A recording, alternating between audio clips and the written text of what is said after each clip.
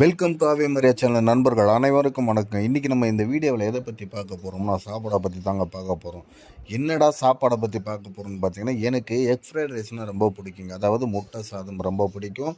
அதனால் நான் ஒஸ்கோட்டையில் ஒரு வேலை செய்யும்போது மதியானம் சாப்பிட்றதுக்காக ஒரு ஹோட்டலுக்கு போயிட்டு என்ன இருக்குதுன்னு கேட்டேன் நான். பிரியாணி இருக்குது, குஷ்கா இருக்குது, கபாப் இருக்குது அப்படிலாம் சொன்னாங்க. எனக்கு அதெல்லாம் தேவையில்லை, எனக்கு எக் ஃப்ரைட் ரைஸு கிடைக்குமான்னு கேட்டேன்.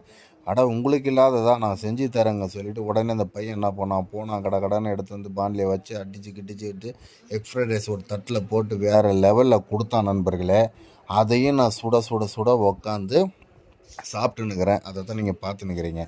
என்ன ஒன்றுன்னா, இந்த பையன் எல்லாம் நல்லபடி எல்லாம் செஞ்சு ரைஸ் கொடுத்தாப்படி ரைஸில் உரப்பு கொஞ்சம் ஜாஸ்தி பண்ணிட்டார். அதாவது காரம் ஜாஸ்தி போட்டார்.